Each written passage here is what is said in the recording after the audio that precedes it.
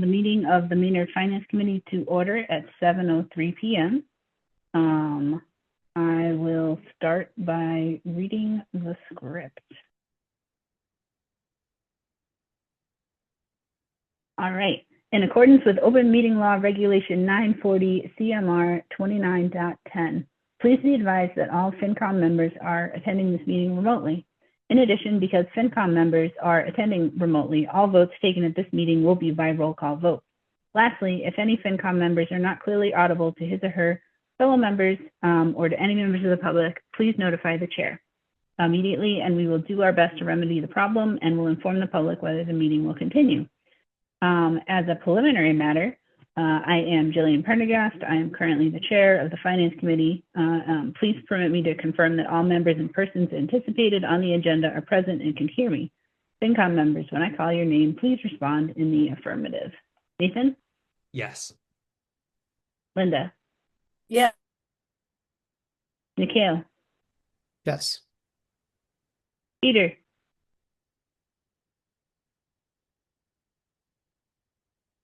I don't hear Peter, but I assume you're here because I saw you come off mute. Can you hear me now? Yes. Okay, sorry, I don't know what happened. Okay, yes, I'm here. And thank you. And Nathaniel? Oh, he also came off of mute, but I didn't hear anything.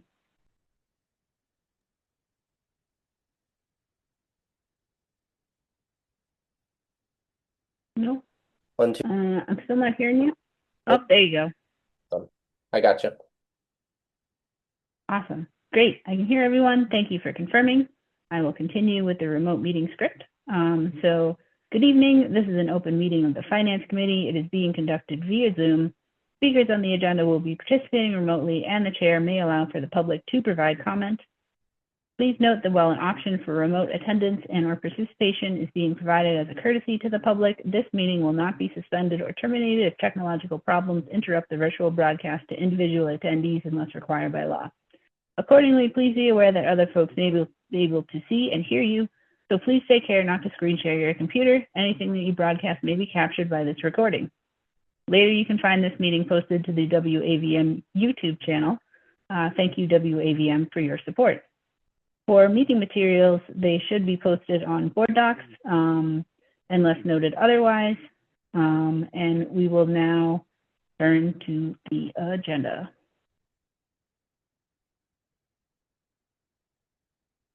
All right. So the agenda for tonight's meeting is a discussion, and we'll start off with a discussion and debrief for the joint board meeting, which was on the 12th.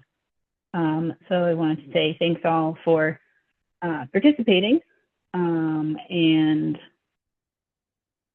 I'm sorry I couldn't make it in person, but I didn't want to share my germs with you.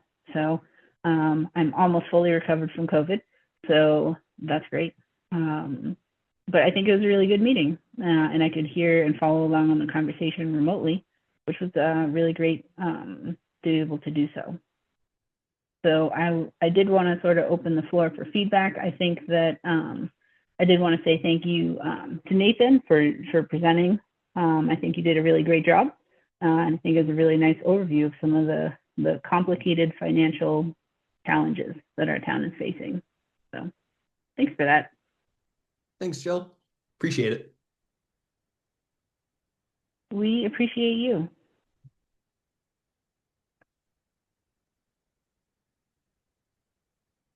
So I don't know if this might be, I know that you sort of are playing around with some additional ways to sort of graph things. If we could also talk on that topic, but I think for me, I came out of that meeting sort of with an alignment of, I think we sort of we're on the right track with what the big things are potentially, or like the big questions are for the town. So I think the modeling was sort of in the right vein and sort of in that direction. I came out with a little bit more curiosity to kind of know more about the golf course and sort of where that might be going, which is why I also circulated some information about the, financial background and sort of the yearly reports or monthly reports that the select board gets on that.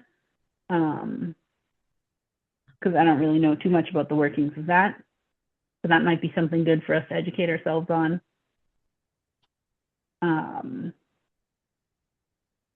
And what the directions are there, because I think like we talked about in the meeting, I'm not sure that, investing a lot of money into the existing structure is the way to go with all of our other priorities, which I think that sounded like a bunch of other people also agreed with.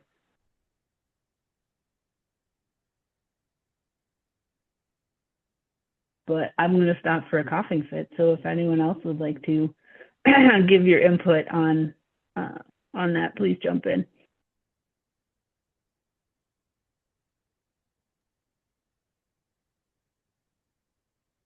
Yeah, I also thought it was a good meeting, good discussion, and just to have people go through all that stuff, and yeah, I thought it was useful, and we certainly have some issues, but I think it's also good to get, just in a room to say, okay, yeah, let's stop putting the golf course on the list, frankly, because we're never going to do it. So,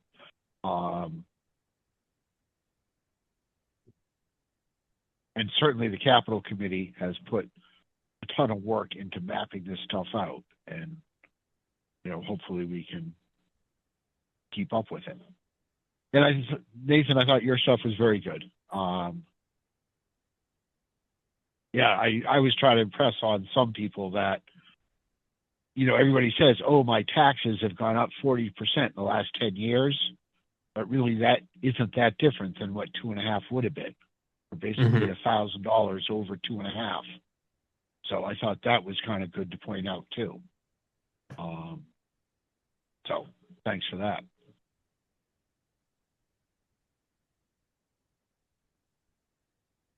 I thought it was also really good too, the way you pointed out sort of the GDP, or not the GDP, but like sort of everyone, the average aggregate income is like increased by a similar percentage as well.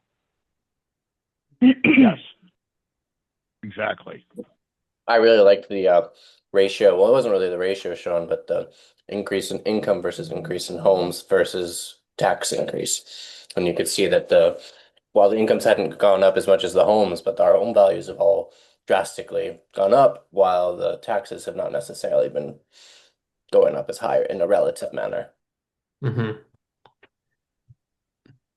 So yeah, I was curious about that. I was thinking about that, and just because I'm from the group of people who most recently moved to Maine. I moved here like 4 or 5 years ago now. So I've got like I don't know, like I'm thinking a little bit more about like the houses and the mortgages, and for me moving to Maynard, like it's a lot cheaper than the surrounding towns. It's like moving west from like the Cambridge area, and now I'm in Maynard and I love it. I don't want to be anywhere else, but I'm thinking about like what my position is and how I think about taxes in relation to like the total amount I'm paying for my mortgage, and I was just curious, like how is the population changing in Maynard? I think somebody mentioned that it's a different population in Maynard now than 10 years ago in regards to like the golf course. And it's like, well, what about in like terms of like taxes? Like, what's the kind of the difference between like longtime residents who may have like paid off their houses already, and like that's like the one bill they're seeing. So when that goes up 40%, that is their housing cost going up 40%, as opposed to somebody who's paying a mortgage and it's like, oh, that's a part of the overall payment that's going to my escrow to like pay for the mortgage, but it's not like the whole thing. So I talked to the assessor's office and I got all like the home sale records going back that they had. And I just found for like each lot, I figured out what's like the most recent date that has been purchased. And I made a chart of it, and I divided it into like, and this is what it looks like. Thanks for sharing, Jill. And it's color coded into 5 groups of like 20%. So, and it kind of roughly breaks down that 20% of our single family homes were purchased in the last 5 years. If you go back 10 years, it's 40%. If you go back 20 years or so, it gets to 60%.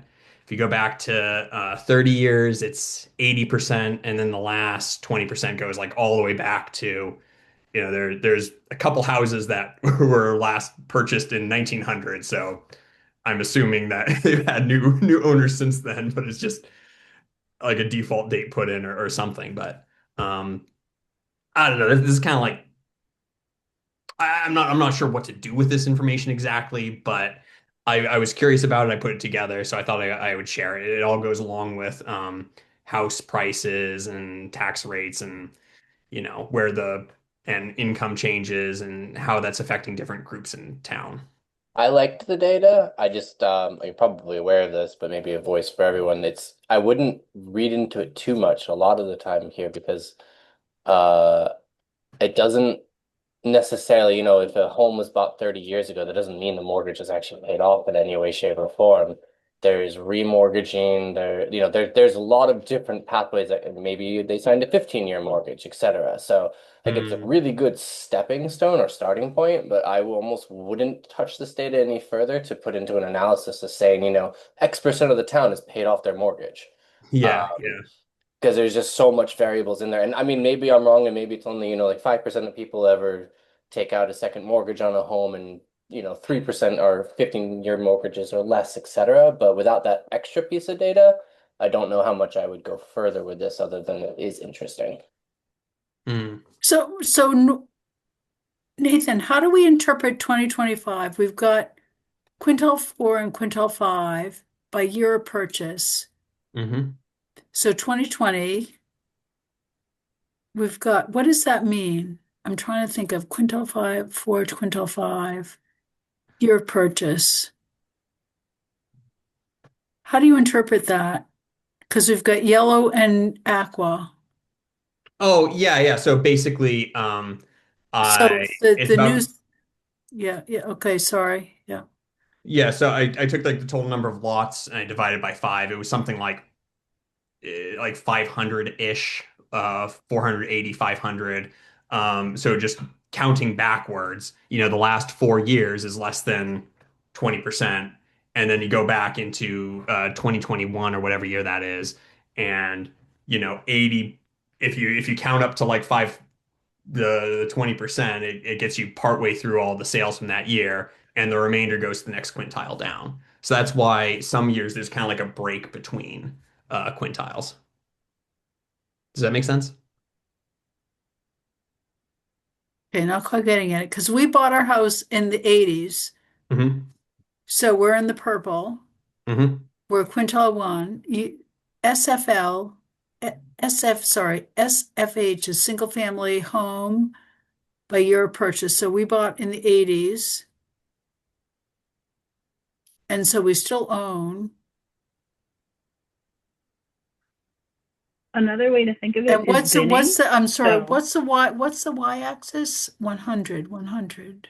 That is the number of houses sold in that year. Okay. Okay, so we're having more turnover of homes. Okay. Interesting. Okay. Yeah. Well, it's not Of necessarily people that they have who more turnover turnover, but of the people who are yeah, okay. because it's only showing the most recent transaction for it or Yep, given. yep, yep. Yeah. Okay, yep, okay. So To the degree that that's relevant, it seems like there's a pretty big decrease between, I guess that must be 2022 and 2023. Is that because there's like some transactions which like haven't made it onto the assessor's books yet, or is there something else that like we would need to be thinking about there potentially, or is it just the market, doing its thing? well, interest rates went up. Interest rates. It's like the first thing I can. I think what it's showing is I got my house at a good value in the 80s, right? Yeah. I got a bargain. Okay, thank you.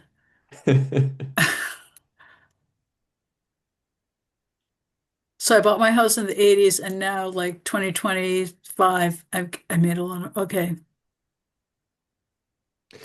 Yeah, I mean this is kind of like, just taking I mean a lot of stuff can happen, right? But like taking a proxy of year of purchase is, whoever purchased it is still Yeah, living in yeah. the house.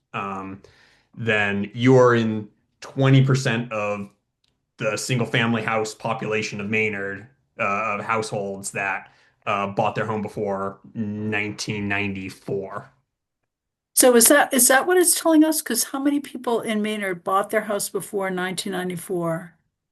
It's telling us, Yeah, so it's saying all of that purple going from 1900 yeah, to yeah, 19, 1994 is yep, 20% of the population of Maynard, whereas at the very okay, end, that teal, that aqua section, an yep. equivalent group, 20% of people of households in Maynard purchased their home in the last 5 years.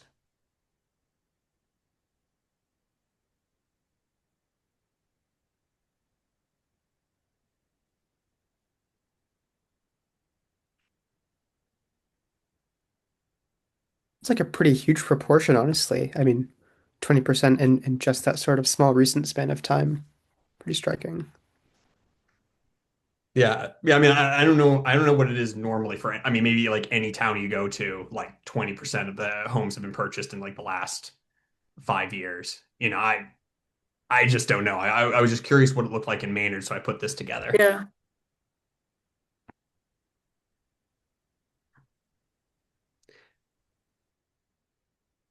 I mean, there does seem to be like a dip around And Nathan, what was the source of this data? the assessor's office. Assessors, okay.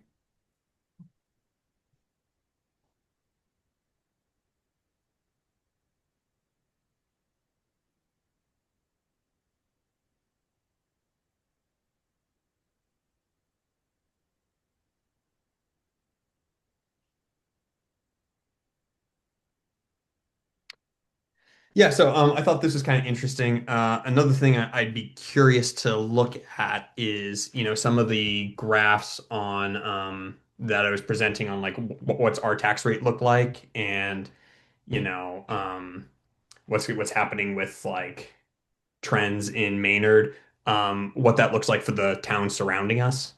So how does that compare to like what Concord or Hudson or Stowe or Sudbury are doing? And I know those are different towns with like different, like the single family house like average in Concord and Sudbury are very different from what it is in Maynard. But like as a point of comparison, I think it would be interesting.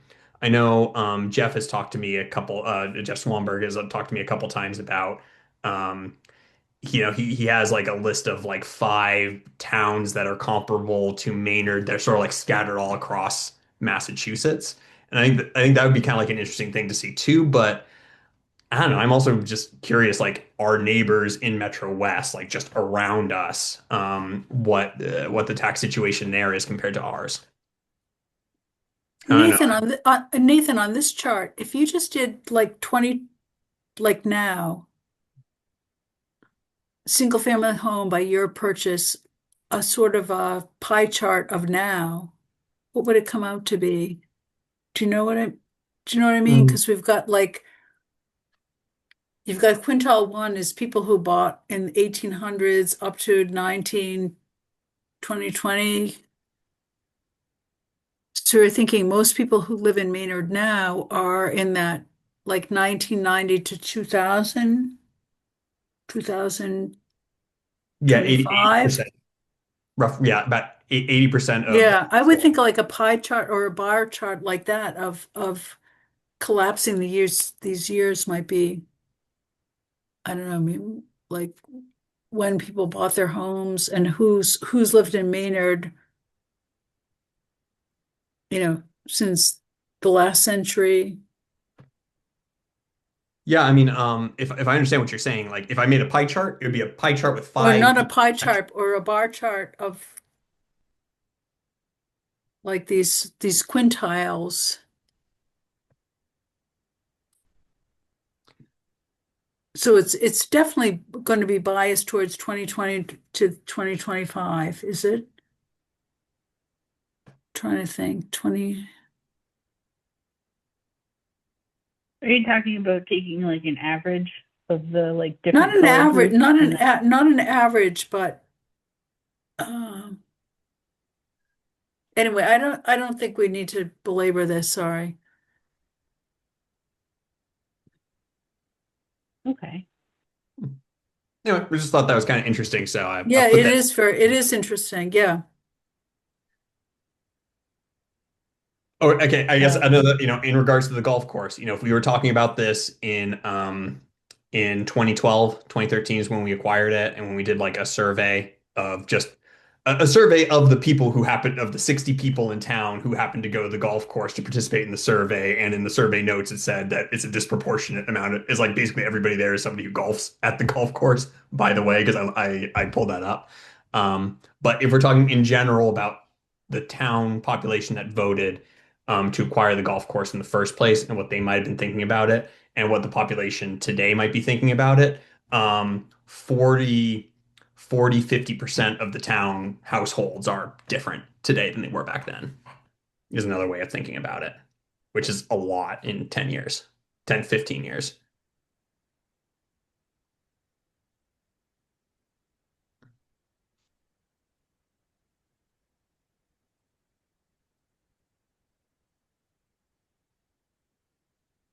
All right. I'm going to stop sharing this graph currently.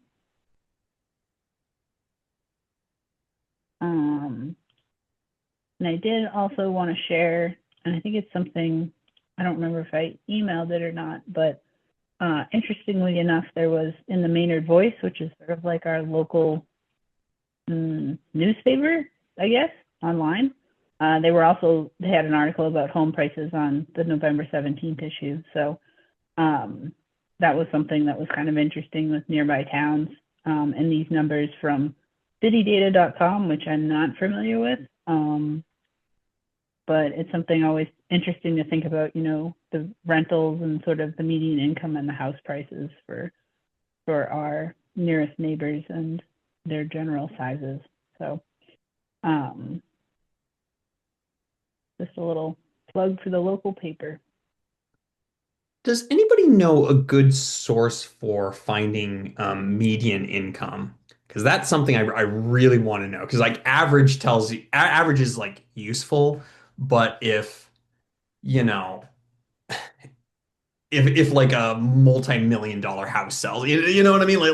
Average skews very quickly, but like median kind of tells you like half of the town's population is making under this amount, and half of them are making over this amount. So I think that can be like a lot more useful for actually figuring out like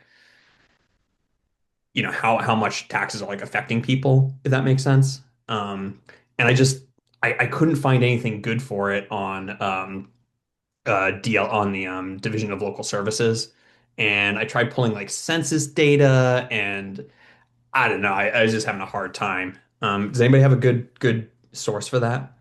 I was just like spitballing, but in terms of, I thought the census looked sort of promising, in terms of like, I guess like median like household income. What were some of like limitations that you were running into there, with the census data maybe? Because DLS may not have it, but I know the census is like usually kind of decent about like that kind of data. Well, Um, frankly, I was having trouble exporting the data from their website or even having oh, it gotcha. like Oh yeah, yeah, that's um fair. there's have like thousands and thousands of different like options for like ways to like, but nothing I got would populate. Yeah. So if you know how to use the census website,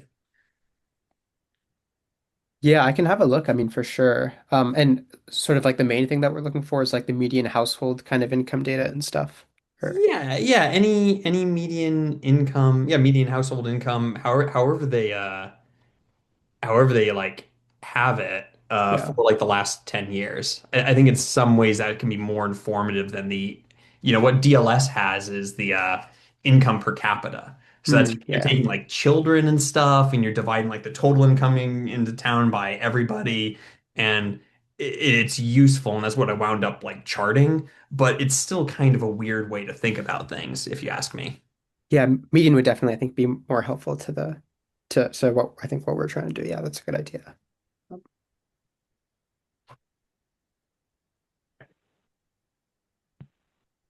All right.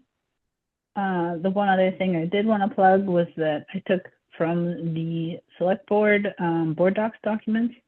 There's some information posted about the September sort of summary, the monthly summary and the year total to date for sort of numbers that the golf course runs. So I think this is something that we might also be able to think about in terms of the benefit to outcome ratios, of considering fixing things like the golf course. And I think, like Peter said, I think for me as one person, it sort of made sense as we talked about at the joint board meeting that this is something that, might not necessarily be a priority just because of the numbers. So, and it sort of goes over, how much is from the different, revenue updates from passes and otherwise. And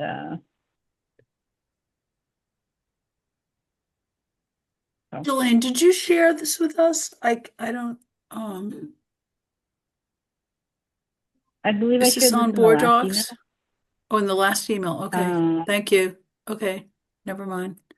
I think Katie has it on board docs, but if it's not on there, I'll double check and make sure it is after the meeting. Okay, thank you. She wasn't able to make the meeting tonight. Yep. So.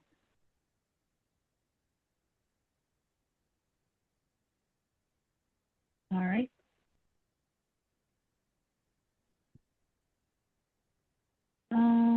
Okay, so I think, and we also did get, we got draft meeting minutes from the joint board meeting. So we'll have to post our meeting minutes later on, but I think this could be potentially a good base for us to start from, Linda, for Okay, yep. minutes. So Jillian, do you think we so should we post these minutes from the quad board meeting? So these are minutes specifically from the select board. So we'll have to sort of adopt them to our own. Okay. And I thought the consensus was from the special town meeting, we don't need to do minutes. That is now my understanding from. Okay, yep, from okay, Greg. but from the quad board meeting, we should post minutes. Okay. That's Thank my you. understanding. Okay, okay, thank you. But I also wanted to double check. Okay. So special town meetings. Okay, I have notes from both, but quad board meeting, maybe we should.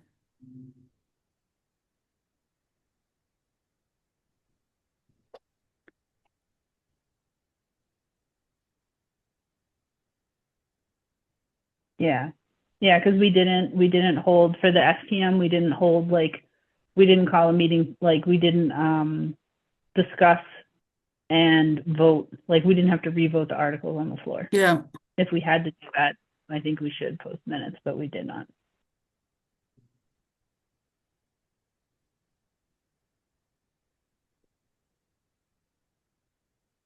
Okay.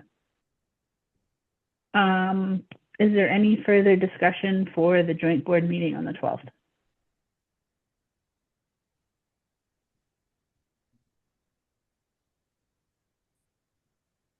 Okay. Actually, yeah, I got something. I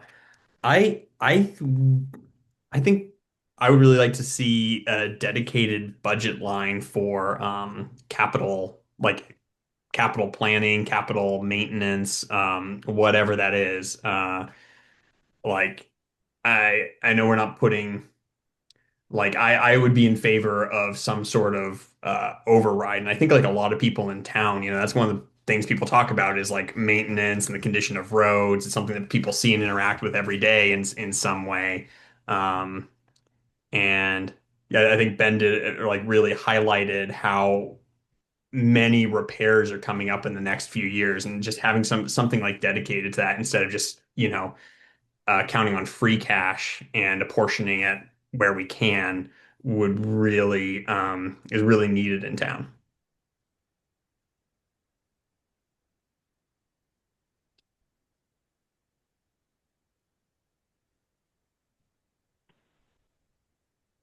Yeah, I think the challenge is that every year there's sort of a tight budget, and it's and I'm not trying to make excuses. I'm just trying to say that the money sort of disappears. So, for example, one of the questions or one of the things we talked about last time is getting more information about OPEB and when that is going to be potentially funded. So I have additional information from Greg on that. And one of the challenges is that coming up and I think the budget subcommittee meeting the budget subcommittee documents that I got from you, Peter, are, potentially really helpful to visualize stuff like that, where it's like, I would also like to see that, but like, where's it gonna come from? So,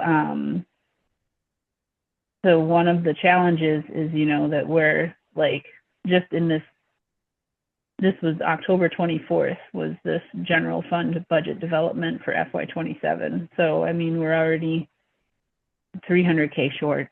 So, we want to put in a line item for capital that's, 200, 250, 500, like 500K, like what's our number? What are we going to cut to make that number? And that's, I think, what I have a challenge with. So, and I think, that's something he's trying to think about here. So like he's trying to add like a placeholder in, which I think is what this placeholder was for. And that's what I was actually going to ask if you remember, Peter, from the meeting, because I wasn't actually at that meeting. Yes. He's starting with the 400K for the capital, which would be the budget Nathan's talking about. But, as Jillian outlines, a lot of budgets start with a number like this. By the time we get to the end, it ain't there. So, I mean, the one thing, compared to other years, this deficit of 310,000 is actually fairly low. Yeah. The one thing I would point out is that Maynard Public Schools are only in here for 3.5%. And, in other budget years where the deficit is much larger, they're starting more at 5 or 6% and, usually get cut too. But, one of the reasons this doesn't look quite as bad as other years is because, education's only in there for 3.5%. So. The other thing I worry about is our capital reserves.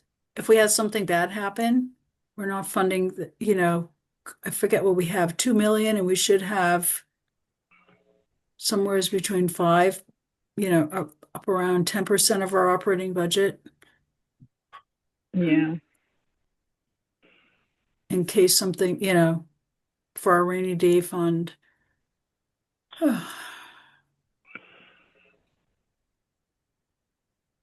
And since this has come out, then that health insurance where we're doing 8% and they're saying 12, but I know that people say, well, it starts high and it goes down, but well, the 8.8% that is there in this line reflects a 12% health insurance increase. okay. That budget line also includes the pension, and there's a few other small things. So Okay. overall, that 8.8% increase does factor in a 12% increase in health insurance.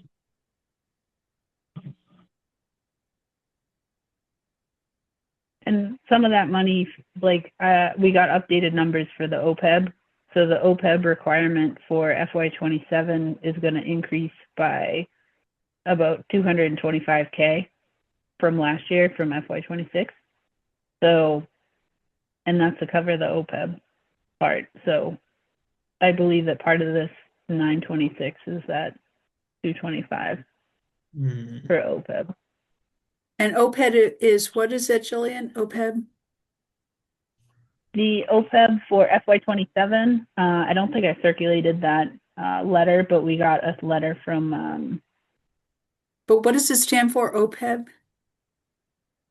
OPEB. OPEB stands Other post-employment benefits. Okay, It's post-employment. retiree health care. Okay, thank you. Yeah, so for this current year, we've budgeted $3,315,451 for FY26 for OPEB. For FY27, we have to increase that by $224,669. So we got a memo from the retirement board for that assessment. And I can circulate that for like us to talk about next time.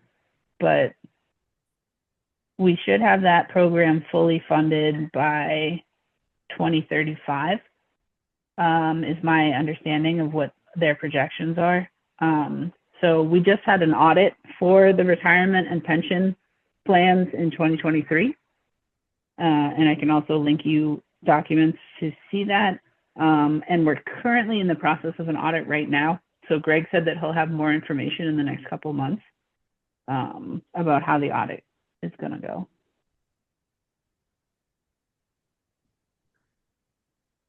So that's a little plug about the benefits line and a little bit more about what some of the things in that number are. Julian, why is that's this, it's the public works going down so much? That's the Public only works. saving grace. Solid waste. That's the trash contract coming Oh, out. the trash contract coming out. Okay. That's the trash contract essentially moving to an enterprise fund. Okay. Yep. So the That's the taxpayers are going to pay that. SWMR. Yeah. Yeah, so that's solid waste and recycling. That's So what that stands taxpayers for. are going to pay that. Yeah. Okay. Mm. Yikes. Does anybody can anybody explain the new deputy fire chief? I feel like Greg has had that as a want every year since I've been on FinCom. Like it's been like such like a regular thing that I like missed whatever the original explanation for like why one is needed is. Anyone have like insight into like the fire department and how that all works?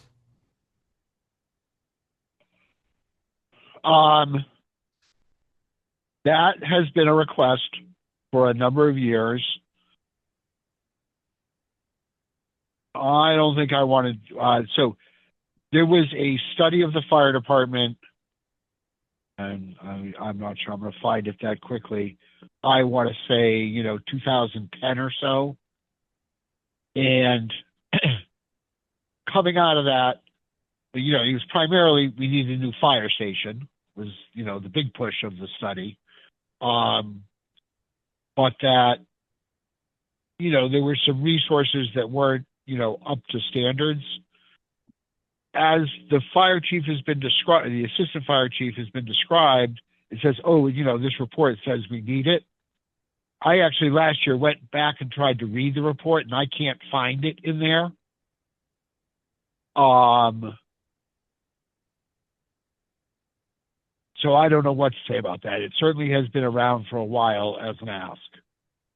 And, as they talk about it, the fire people, they are hard pressed to do their routine work of inspections and fire education and safety stuff because the only staff besides the chief are people going out on calls.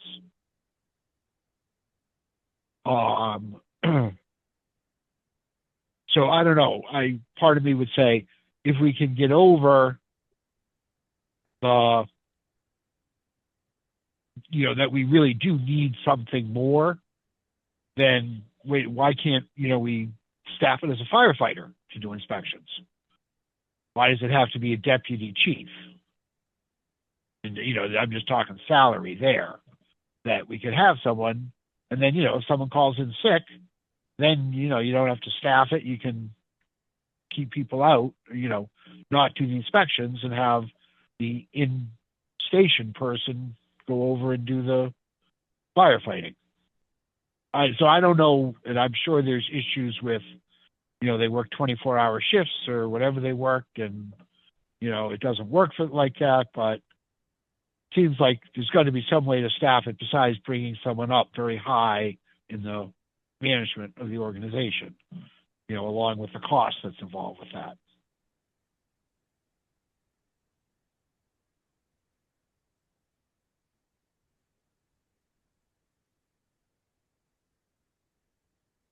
Do we know if Yeah.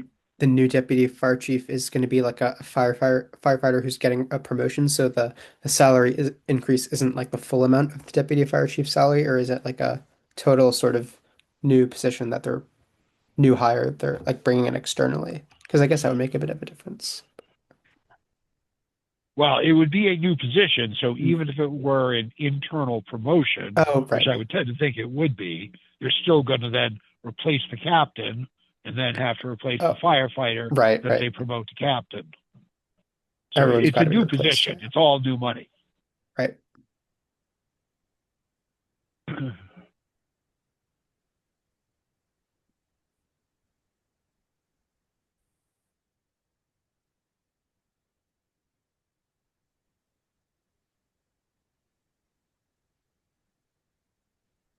Yeah, so I didn't have Um, too much else to add here.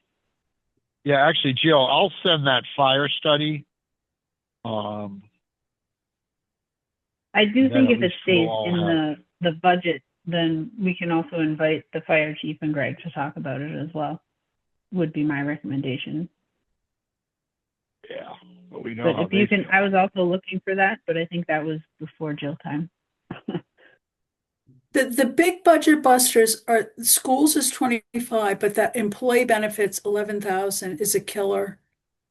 I mean, the 250,000 or 230,000 for a deputy fire chief pales in comparison to employee benefits. It's 20% of our budget, and schools are half our budget. Um, I don't know. I always think we got to think about something about employee benefits. If new employees can, kick in more, are we doing a tiered thing for new employees, or can we do anything with that? I know it's really tough, but those are the budget busters. This might be a silly question, but why is the increase listed at 8.8% when then the note right next to it says that we have to be sort of complying with like a minimum increase of 12%? Is there like a particular reason for Because that? Jillian just said because the 12% is only part of it Oh, because it's pensions and other okay. things. Yeah. So, but it's a concern, isn't it, Nikhil? Yeah, I mean it's sort of striking. That's like it's strapping us, right? And I was just reading, I mean, I got my thing about my own health insurance and what's going to go up this year. It's like crazy. Um, And not to dive into the weeds too much, but just in terms, so the reason why it's I suppose less is that that 12% is only for like some portion of it, and some other portion is I suppose covered by the people on the plans themselves. Basically, is that sort of the right way to be thinking about it, Yeah, I think or it's so like health insurance is about 2/3 of that line, and okay, retirement okay, pensions is 1/3 of it. okay, gotcha. Okay, Um, Yeah. And this goes with how the split is. So like right now we have like a 75-25 split where the town covers 75% of the yeah. premium. So, and Greg sent around sort of that summary. I think we talked about this in our last meeting, where what's the typical split and the range of splits for surrounding towns or other towns, comparing. And the most frequent arrangement is a 75-25, so it appears 37 times out of 74 different right. towns in the state.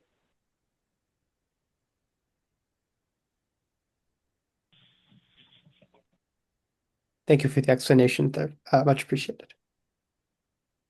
on that, the pensions are going to be paid off in 2030, and I think somebody mentioned at a recent meeting that we've like accelerated how much we're paying into that, and I'm sure that pays off because right there's like investments, and the more we put into that, the more that kind of pays back over It'll be time. Is that it'll be right? 2035 if that's important for your spreadsheet. So Oh, it'll be paid off in 2035. that's my understanding. Yes. Okay. sorry, is that Jill? Is that the pension number or the OPEB deficit? That's the OPEB deficit. All right, that's different than the pension deficit. Yes. Okay, so what's the OPEB deficit? Is that, I mean, The are those both being paid out of the pension assessment line item, or is OPEB coming out somewhere else? for the pension retirement obligation, the assets, that's 2035. That's not OPEB. Okay. So that is as so of it's pension. 2023, yeah, the pension retirement obligation as of December 2023, which was our last audit, it was $62,769,049.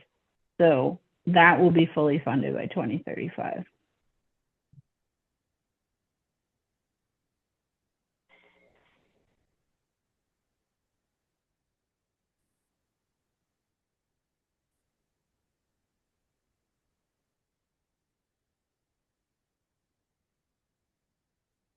So, and I can also circulate this for us to have posted at our next meeting.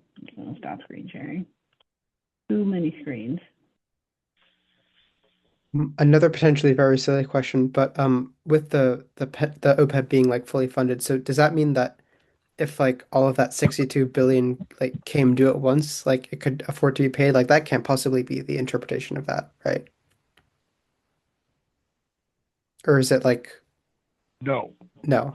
So I think the 62 million represents the, I'm assuming a little bit, but that it, the net present value of the future pension obligations. Right. And yeah, we'll have enough money in that will essentially only be paying, will continue to contribute, but it'll just be for the, what's needed for current employees. Gotcha. Right now, we're paying for both current employees and an added amount because we have this deficit. Okay. And again, just to be clear, Nikhil, this is pension, not OPEB. Right. Okay. Gotcha. Right.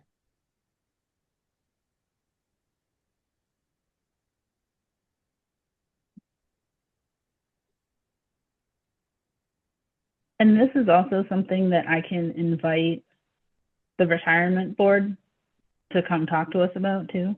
Ken is leading that right now.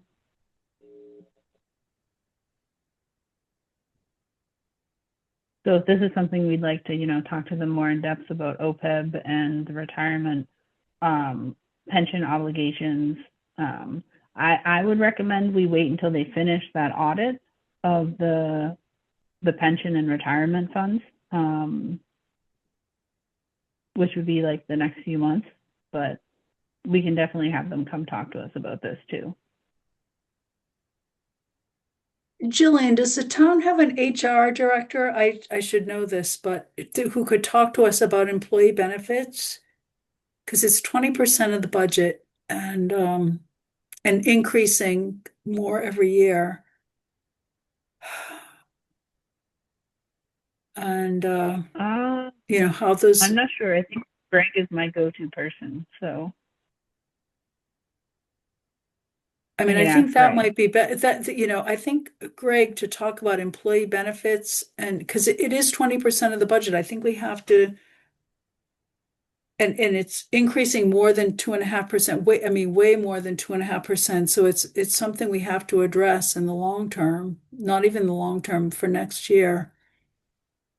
I guess what would the action items be though? Like we recently well, I mean, I hate to say it, but I mean, I've been in public sector, so hiring freezes, having new employees doing having a tiered of new employees paying more for their benefits, hiring freezes, furloughs of existing employees, looking to, do we outsource some town functions or regionalize? I mean, these are horrible things to talk about. But I mean, I worked in public service for a long time. We had all of these options, right? It's just, new employees pay more. you reduce hours, whatever. And maybe we don't have to do it this year, but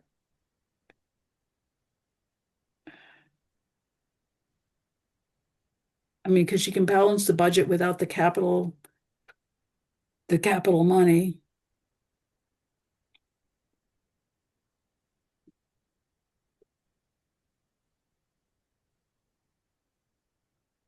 We could look to see what other towns are doing. I don't know.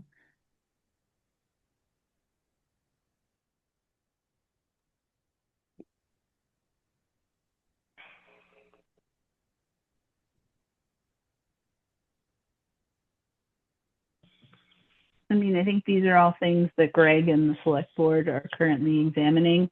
Yeah. I'm not sure how much they can do in public meeting because it does have to do with unions and the contracts there. So that might be Yeah. doing that in the executive meetings that are closed.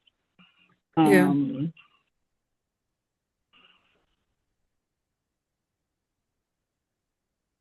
So, I mean, I think if we have specific questions or we want more information about how the current system works, I can definitely ask Greg. I'm not entirely sure what else we can explore with him in open meeting or like what the question is. Like, I think we realize that this is a large amount of the budget and we want to be conscious of how that is going forward. Yeah, it's a large amount of the budget. It's a large amount of the budget, and he's projecting it's going up 8.8%, which is,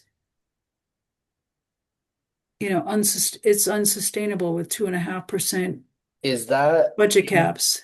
is that increase I mean, we're looking at percentages, which ties into our town revenue and things in that nature, but is it out of sync with our neighboring towns?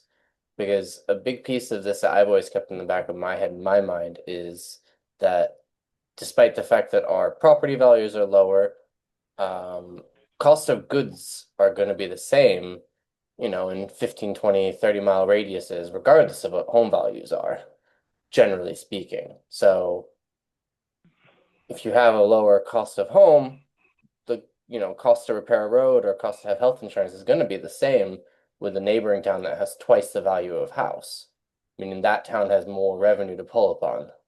So I would want to look into that kind of stuff first, just to see if we're out of sync. Before I would be interested in furloughs or having rules for new employees, personally.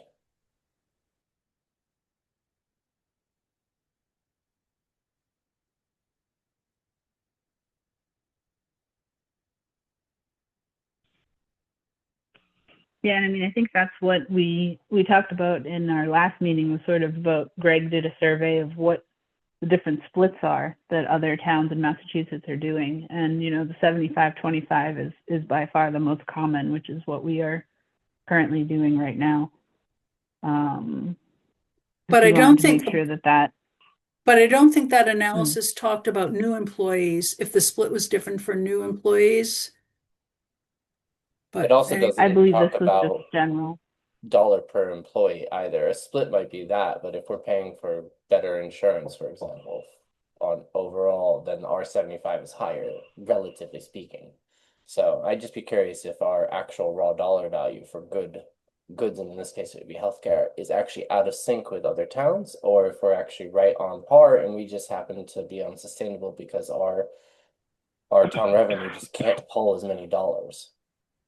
I recall that like often during these discussions, like someone often says, like in sort of the way that Maynard has done things is that that the salaries for the public employees in the town are a bit lower, but like the benefits are like more, generous to make up for that. Um, could that be like one possible explanation maybe for sort of the striking figures? Apparently, that's not actually the case, and No, we're wow, actually okay. right in the average. Right in the average. Is it the case that our salaries are lower though?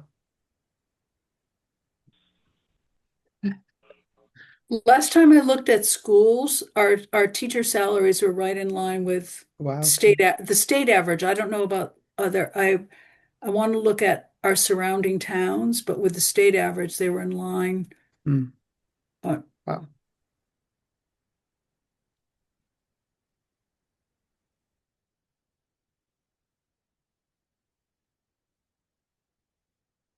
and I believe teachers, I mean, I believe schools are the biggest part of the FTEs for the town. That's my understanding, but we might want to look at that is where we have the FTEs. Yeah, historically speaking, so I know in the past we've sort of always talked about, what was it, Peter, 70-30 split, where like 70% of the FTEs are generally school and 30% are town. Does that sound right? Um, I think we talk about it generally as 60-40, but that's based on budget numbers. But I think you quickly get to 70-30 if you do things like split up the debt line to schools and the benefits to schools.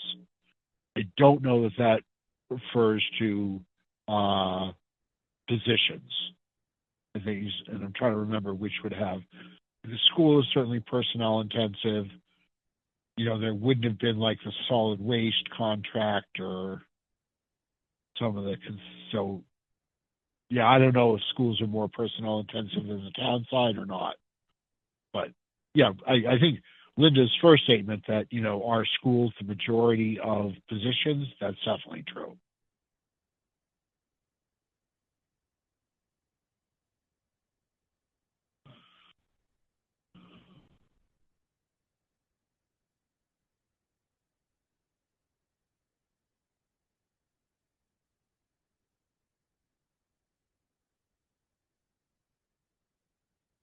All right. So I'm taking good notes here. I'm going to ask Greg about, you know, it's great to see that 75-25 split similar to what other people are doing, but just sort of asking about if he has any information on the gross costs. So like, for example, those ratios might be similar, but if we're in a higher premium or like tiered program, is that 75% also like a higher cost in general? Is sort of the question I'm getting from the group. And also if other towns are doing something for new employees, if they have a different tier structure for grandfathered in and these are horrible discussions, right? Um, but it's it's a big number. Anything else we can do?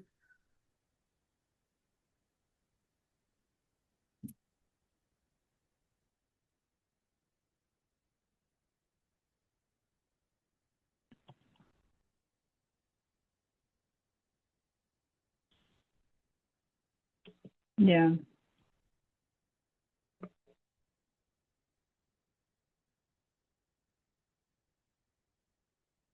Really great questions.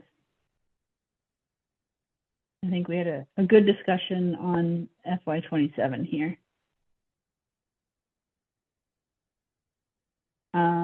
Did we have any additional discussions we wanted to bring up on this?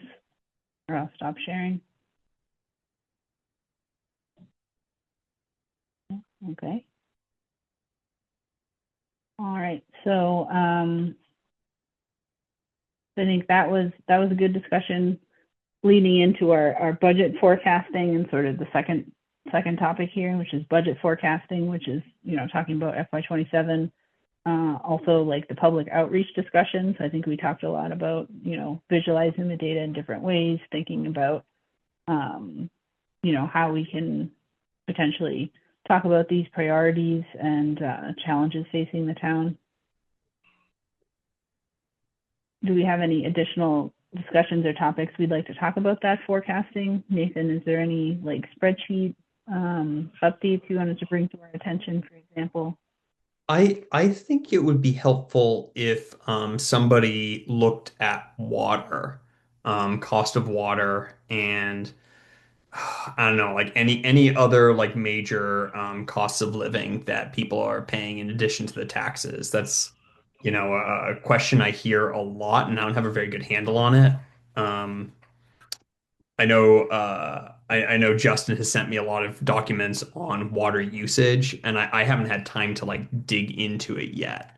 Um, but I feel like I'm on like kind of like one track right now with the stuff that I've been looking at, and I sort of want to expand that to, what are other towns doing? I'm wondering if somebody else wants to take on water or any other costs of living and try to like chart that out. Nathan, I'd be happy to take a look at documents that you have if you wanted to like forward those to me. I'm sure I could at least have a gander, and stuff and see what I can summarize or something. Cool. Well, I'll forward what I have to you.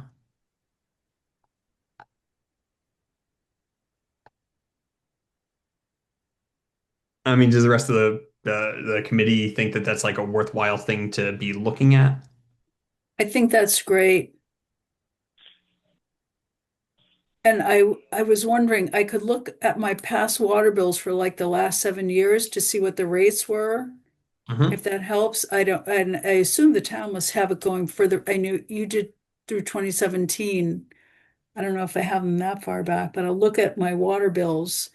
But I mean, for the rates that we had, and send that to you. Yeah. I And mean, then let's there must be something on the water rates because I mean, last year they went up, I think 9 or 10%. So, um, people are going to be feeling that, I'm sure. Yeah. I mean, that's also a thing that like, you know, there's only so much that your house, like the value of a house is going to range on like a single family Yeah, lot. Um, but whether you are somebody living alone or whether you have like 3 or 4 kids, the amount of like laundry that you're doing, the amount of like water usage you have is going to be drastically different. yeah. Uh, so an average is useful, but I don't know if we can break it down to like a per person or something. Uh, I'm not sure how we would get at it, but just doing it by household might not be the most useful way to look at it.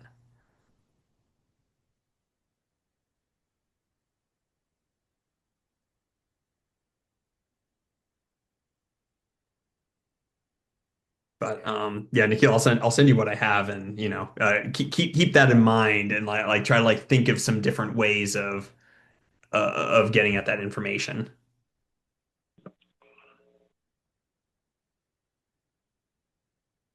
I think it'd be useful to make it kind of mirror, what's like the last few years. I mean, I chose 10 years kind of arbitrarily on like you could make it something like that so it just matches up completely if we want to keep reusing the information or make it more focused on.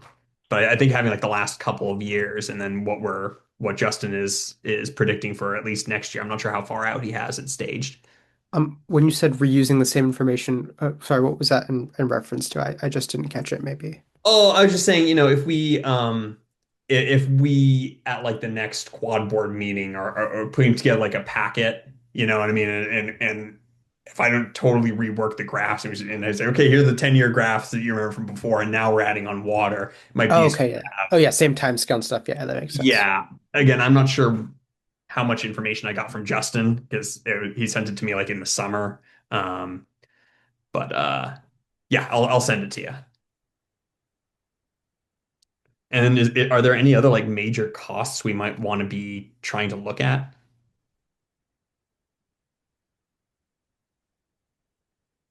For me, I think I'm definitely interested in how it's going to shake out since we're taking the supplemental budget from the general fund for the solid waste and recycling completely out into a new fund. But I don't know that that's something that's easily projectable. And I also think that there's a task force for solid waste and recycling because they're trying to figure out how to negotiate that contract right now. That's necessarily our purview, but I think that's like another sort of mystery to me of how that's gonna, like, our trash sticker is gonna double, or is there gonna be some other like pay per house? I think that's something that the trash force is, the solid waste and recycling task force is trying to figure out right now. Mhm. Yeah, I'd like to know what shape that's gonna take. Because if it's like everybody has a cart and they're paying like a certain amount for like the cart, the trash can or however many trash cans they have, that's a big change from right now when a person can just put out, one bag with a $2 sticker on it. Um, but yeah, the last we talked to them was like a year or two ago, and it seemed like there are several different possible plans they could go with.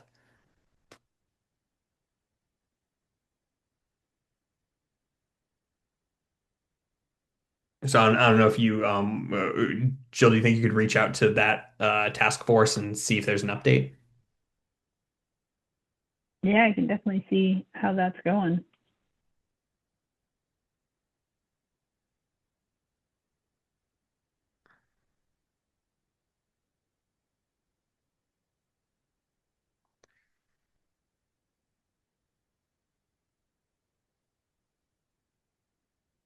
All right.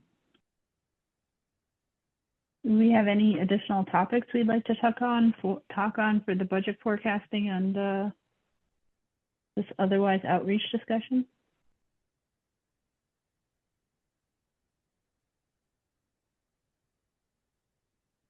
No? All right. So it sounds like the action items are, Nikhil, you're sort of going to look over and maybe graph a little bit for water sewer, like the enterprise fund trends. Yes. Okay. So I can put that on would you like me to put that on the agenda? I can put the general fund budget and enterprise forecasting as a topic for our next meeting on the 8th. That sounds like a good idea. Yeah. Okay.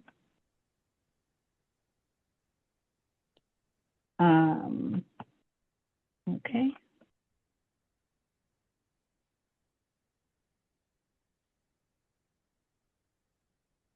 Sounds good to me.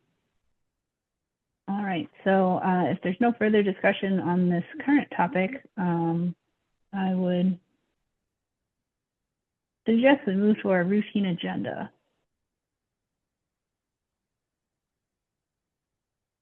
All right. So hearing no dissent, I will bring up our meeting minutes from November 10th.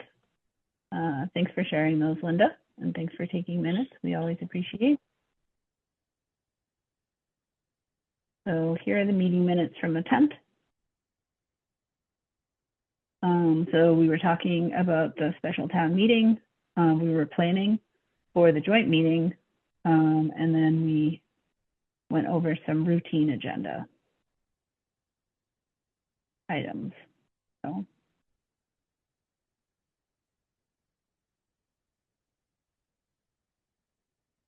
And then we talked about our schedules and adjourned.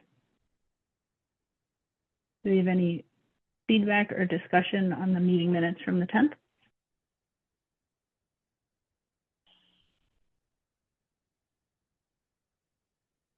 No? Is there a motion to accept the minutes? I move to accept the minutes of November 10th as written. Do I have a second? I'll second, Peter. Great, we have a motion and a second. Do we have any further discussion, comments, or otherwise? No? All right, so I'll take a roll call vote to approve the meeting minutes of November 10th. Nathan? Yes. Nikhil? Yes. Linda? Yes. Peter? Yes. Nathaniel? Yes. I am also a yes, so that passes 6-0. Thanks for that. All right, so that's all the minutes I had for us to vote on tonight. So our next topic would be update from chairs and members.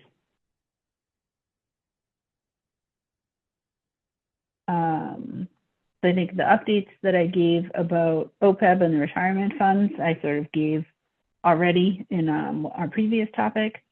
And I think we're in the process of that audit right now. So I would recommend that once that audit's done, maybe we have them come and talk to us about how that looks, and if everything's going to phase out in the 2035-ish timeframe.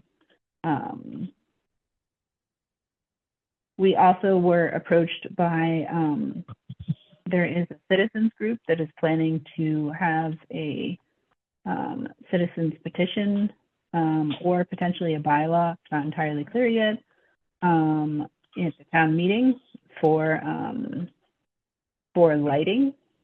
So they want to propose a lighting bylaw to make recommendations on like the brightness of lights and how that could potentially impact wildlife and otherwise. So this is sponsored by Green Maynard, which has sponsored some past articles at town meeting. So right now they are talking to people in the town, getting a legal review, and also talking to the bylaw groups. So I did want to give everyone a heads up on that. So they're getting feedback from all of those groups right now, and they'll have a bit of rework to the current bylaw that they're trying to write. So they expect they're not going to be ready to meet with us until January, but they will keep us in the loop ahead of that submission for the bylaw. So just to put it on people's radar. When are the And I believe citizens? those were. Oops, sorry. Hmm? When are the citizens petitions due for our May 2026 town meeting? That's a great question. I haven't gotten a timeline yet from Greg for the May town meeting. It's He was fairly like late. 90 days. I think it's as short as 60 days or less. 60. Maybe it's 45 days for special and 60 for annual. It's one of the last deadlines is when citizens petitions Yeah. are due.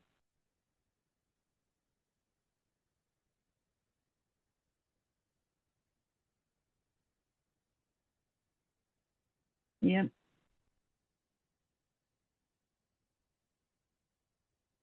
Yeah, definitely keep you all posted once I get that. I'm not going to get that from Greg until, so generally is when we start getting sort of the outline for annual town meeting is after the February meeting where we have the sort of that budget proposal set forth by Greg.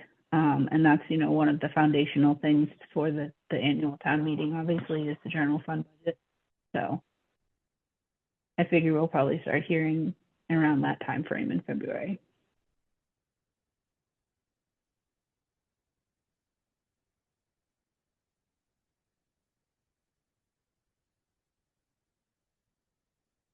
So that's all of Jill updates. Do any other members have any additional updates you'd like to bring to the attention of the committee?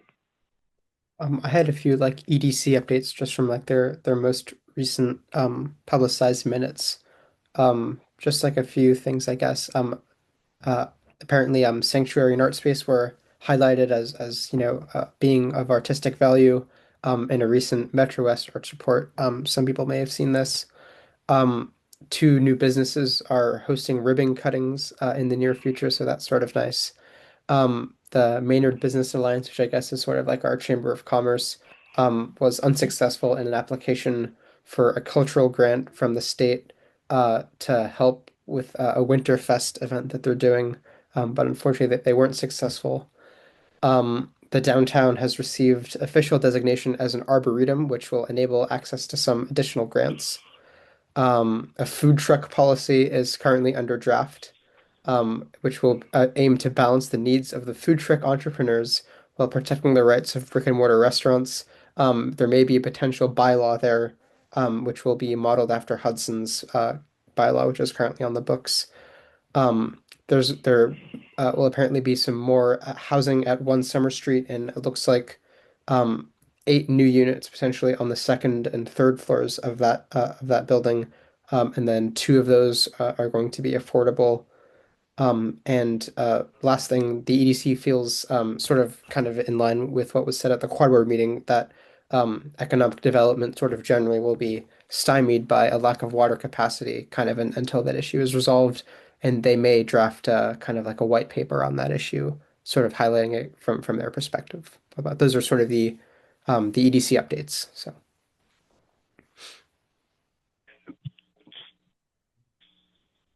That's really nice. Thank you for sharing. A lot of really interesting information.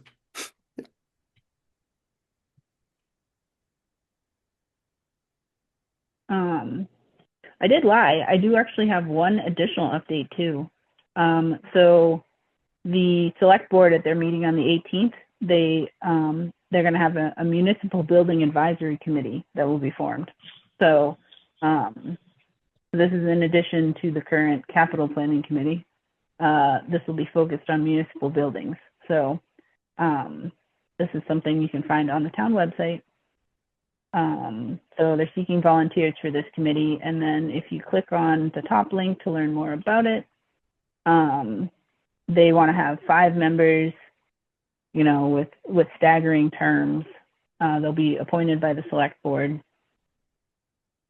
And this will advise them on scheduling, financial estimates, design, supervision of construction of municipal building projects. And they'll do that annually and submit it to the capital planning committee to like keep updated long range building maintenance and capital spending plan for all buildings. So this is something I wanted to highlight as sort of unique from the capital planning committee. Is something that was just put in place at the last select board meeting. So we cannot be on more than one committee at a time. So just to let you know, but if that is interesting to people you may know, they can apply.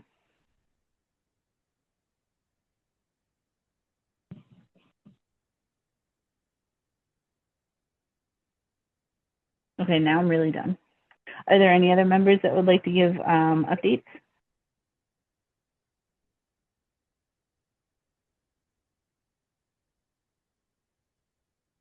All right.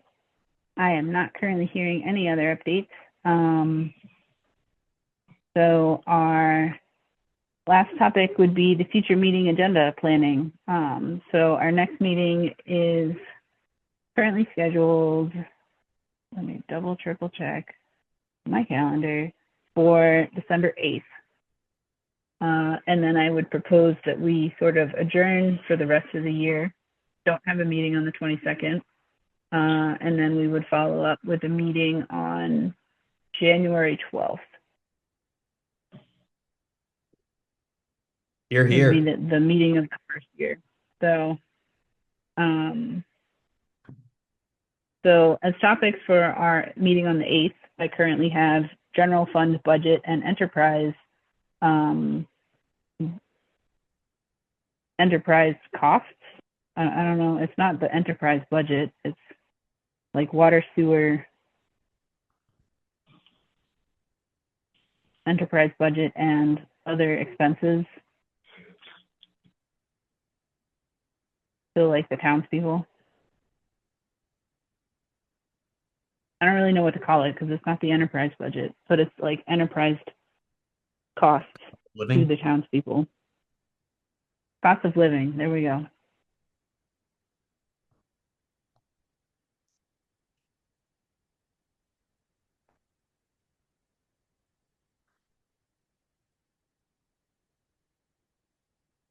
All right. And then planning for our next year, like success in the upcoming year.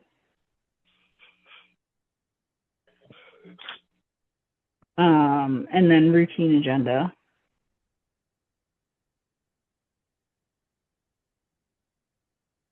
I'll double check with Greg. I don't think the retirement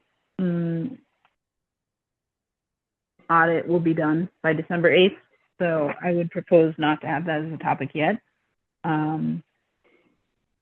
But I can definitely provide updates in our update section.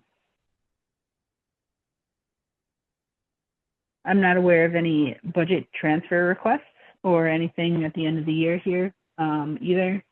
So this is not the end of the fiscal year, obviously, but it's the end of the calendar year. So not as big of a deal in municipal finance. But if I hear anything differently, I will let you know. But currently, that's what I have on the agenda. Are there any other topics that members would like to propose? No. All right. I am hearing no proposals.